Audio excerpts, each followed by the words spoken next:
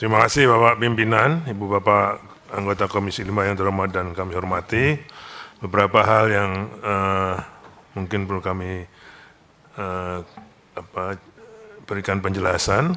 Pertama, pasti kami mengucapkan terima kasih atas persetujuan revisi program dari Direktorat Jenderal Cipta Karya ke Bina Marga dari sisa tender dan paket yang tidak terserap di IKN untuk membayar hutang bencana alam di Cianjur sebesar 600 miliar sekian dan menyelesaikan pembayaran di jalan tol IKN di Bina Marga.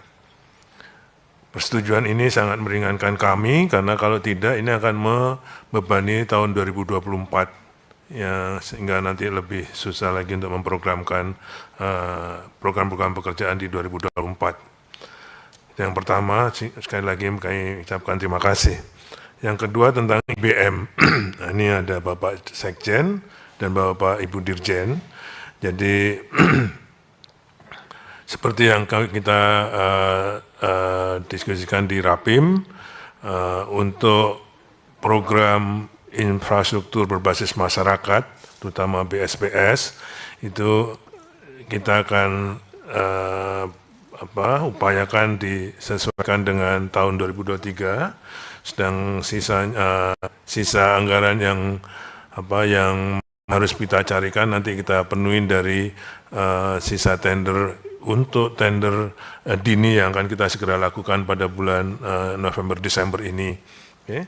Sehingga Bapak Ibu Dirjen bisa memerintahkan pada anggotanya di balai untuk bisa memverifikasi, sedangkan Pak Sekjen nanti menjagani revisi DIPA-nya. Ya, jadi saya kira itu Pak yang kami bisa sampaikan. Pak Sekjen bertanggung jawab untuk menjaga revisi sehingga sisa tender tidak dipakai oleh balai, tapi kita kumpulkan untuk membiayai IBM ini yang memang sangat-sangat dibutuhkan. Kami tahu itu BSPS, P3TGI, dan VISO dan lainnya itu sangat dibutuhkan dan sangat bermanfaat untuk masyarakat. Sekali lagi kami ucapkan terima kasih. Nah, ini supaya juga jangan lupa, ini kebetulan Pak Ketua, ini bukan karena Pak Ketua kami jawab duluan, tapi jembatan Kabupaten Skadau dan Kabupaten Simpang yang menyempit, menurut informasi Pak Dirjen sudah ada 4 jembatan yang sudah diprogramkan untuk jalur itu Pak. Jadi sudah ada di program. Bapak sekalian yang kami hormati, izinkan saya merespon beberapa hal. Terutama pertama dari Ibu Restu tadi tentang kekeringan supaya diperbanyak sumur bor. Kami sudah perintahkan pada semua balai melalui Direktorat Jenderal, kami sudah langsung Zoom waktu itu setelah kami mengunjungi Pegunungan Kendeng di Bojonegoro, Ngawi, Pegunungan Tengah Kendeng itu pada saat groundbreaking-nya Karangnongko.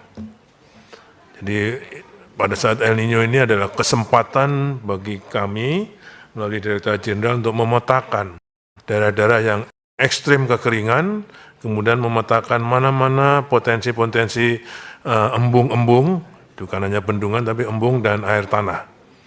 Jadi kami sudah, kemudian kami akan merevisi nanti program yang memang bisa di-drop, kita akan utamakan nanti untuk sumur dan embung.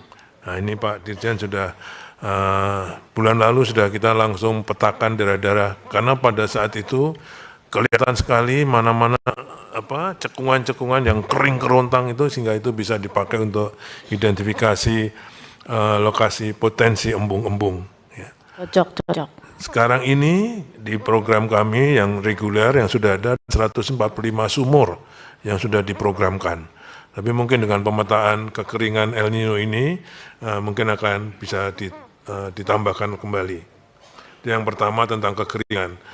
Kemudian bersangkutan dengan itu tentang Bu Sri Rahayu tadi, ada di satu kabupaten kok dibangun 2 bendungan. Apa istimewanya? Tidak istimewa Ibu, karena ada beberapa kabupaten yang saat ini juga sudah dibangun 2 bendungan atau 1 bendungan di kabupaten A, tapi justru penggunanya, pemanfaatnya di kabupaten B. Contohnya bendungan Kuningan, Itu yang memanfaatkan bendungan Kuningan di Kuningan itu, di Jawa Barat, itu Brebes, bukan di Kuningan. Kemudian Randu Gunting yang Ibu mungkin di Blora juga, itu manfaatnya orang Rembang. Nah, sedangkan nanti Karangnongko ini, yang antara Ngawi dan Bojonegoro dan Blora, nanti banyak manfaatnya selain, pasti di bagian hilirnya, bukan dari Blora sendiri mungkin. Di Bogor, Kabupaten Bogor, itu ada Bendungan Sukamahi dan Bendungan Ciawi untuk pengendalian banjir Jakarta. Jadi satu kabupaten ada. Karena Ibu, manajemen air tidak terbatas, tidak dibatasi oleh administrasi. Jadi makanya ada balai besar Citandui. Di Jawa Barat ada 4 balai besar. Ada balai besar Cisadane sendiri, Ciliwung Sadane. Jadi mohon maaf Ibu, tidak ada keistimewaan kabupaten, wah nanti kabupaten ini kok dibikin 2 bendungan gitu. Izin pimpinan. Pak Menteri, maksud saya, sebentar, Bu. Enggak, maksud saya langsung aja. Itu kan tahunnya sama gitu ya. Tahunnya sama, kemudian multi-use yang sama juga, itu yang saya pertanyakan. Kalau yang ini Bu, sebetulnya kami sudah drop, tapi kebetulan Presiden memerintahkan pada tahun ini juga. Jadi ada surat dari Pak Presiden kepada kami untuk Bu, kalau sudah Presiden sudah Bu, perdebatan jangan dilanjutkan. Silakan Pak Menteri. Iya, mohon maaf Ibu. Yang kemudian tentang Inpres air minum, kami kembangkan menjadi Inpres air minum dan sanitasi. Itu tujuannya tidak membangun IPA baru kalau air minum, yaitu IPA yang sudah ada jalur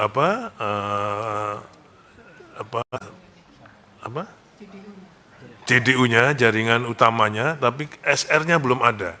Itu ada sekitar 6,8 juta sambungan rumah, yang sebetulnya itu tanggung jawab PDAM atau kabupaten kota atau provinsi.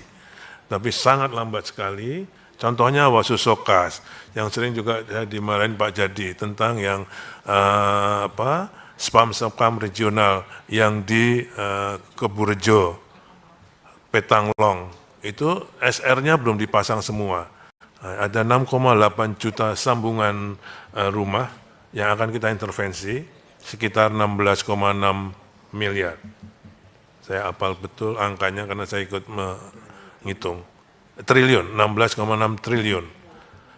Ya. Kalau mau diprioritaskan lagi, yang PSN. Bukan hanya itu tadi, adalah spam regional dan PSN.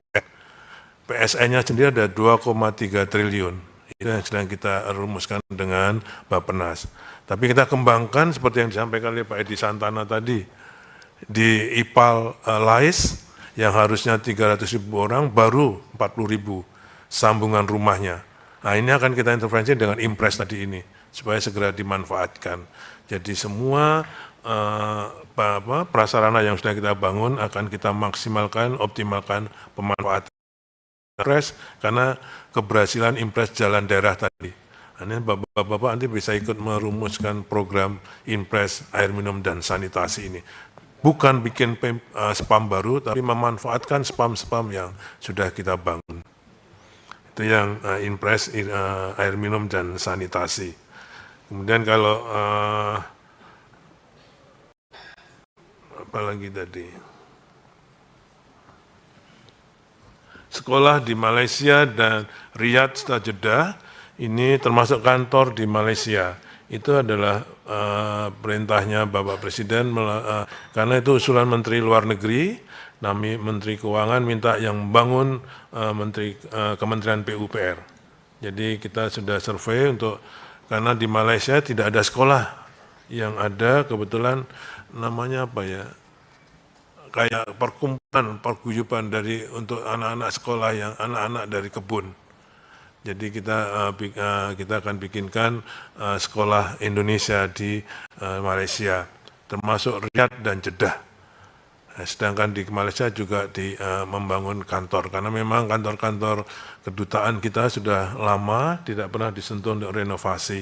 Jadi ini kita mulai dengan itu.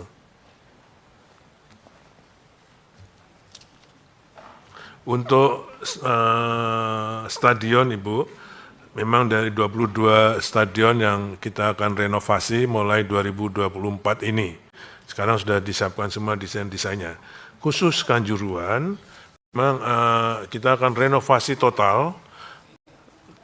Kalau tadi kok hanya gitu saja gitu, ini ada 331 miliar anggarannya yang sudah dikontrak untuk perkuatan strukturnya, pergantian akses tangganya, karena itu kan nyumprok itu, tidak ada pengerantaranya, penggantian atap, layoutnya, keamanannya, penggantian rumput dan penggantian lampu-lampunya untuk kita ini istilahnya renovasi total dari Kanjuruhan.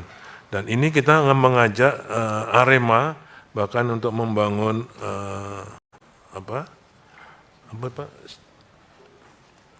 tugu peringatan, monumennya akan kita bangunkan juga di Kanjuruhan ini.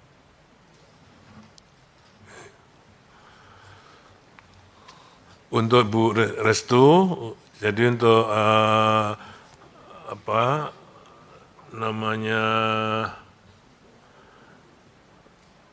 syarat untuk sanitasi Pompes, aturannya sudah kita rubah untuk tidak harus yang ada on-board muridnya. Jadi tidak harus ada murid yang menginap di sekolah tersebut. Saya kira mungkin itu Bapak yang bisa. Pasar Kroya, Pak Menteri. Itu kan Pasar Kroya, saya kira Ibu Novi tadi Pasar Kroya, Sumur Bor, Embung-Embung, IJD, BSPS, dan sungai ini yang sungai menarik ini, Sungai Kal ini, Kecamatan Sumpyuh dan Kecamatan Kemeranjen. Saya kira ini. Pak Taman suruh digaruk katanya. Pasar Kroya nanti Bu Dirjen, Bu, ya. Pimpinan, pisu untuk kelurahan bisa, Pak Menteri? Bentar, Pak. Pisu untuk kelurahan, sebetulnya pisu itu kami inginkan kan kawasan yang luas, sehingga bisa mentes gitu. Kalau kelurahan nanti cuma 500 meter persegi gitu kan, jadi nggak kelihatan. Jadi apabila APBN dulu yang saya sering marahin Pak dari Dirjen Cipta Karya, Dirjen Cipta Karya untuk air minum beli geledekan air minum, apa pantas itu APBN beli jerigen, kan nggak pantas juga APBN kok beli jerigen. Jadi yang besar-besar mestinya APBN. Jadi kalau pisu, memang kalau bisa ada besar. Kelurahan kalau itu besar, seperti yang di mana kemarin yang kita tinjau di Bojonegoro itu kayak gor. Itu kelurahan, tapi besar. Jadi kelihatan mentes dan itu bisa dari kelurahan lain beraktivitas di situ gitu. Jadi saya kira itu Pak. Luasannya, magnitude-nya yang kami pentingkan, bukan status administrasinya.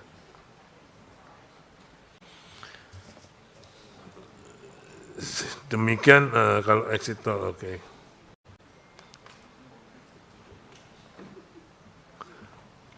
Saya kira itu Pak dari 20 Bapak dan Ibu yang menyampaikan komentarnya dan arahan, saya kira hampir sama semua yang bisa kami tanggapi tentang IBM, tentang kekeringan, tentang sumur bor. Sumur bor bukan dari dulu ada di PU Pak. Saya lahir dari proyek pengembangan air tanah yang memang ngebor tahun dari 90 dari tahun 80. Saya sekolah di Amerika juga karena disekolahkan oleh proyek pengembangan air tanah. Jadi memang dari dulu. SDM itu administrasinya. Jadi kalau kita ngebor, izinnya ke SDM. Tapi kita melakukan pengeboran. Saya kira itu Bapak yang bisa kami sampaikan. Kalau mungkin ada yang belum kami respon. Baik, nanti tertulis saja Pak Menteri. Yap. Saya tertulis ya nanti. Oke, terima kasih Bapak. Assalamualaikum warahmatullahi wabarakatuh.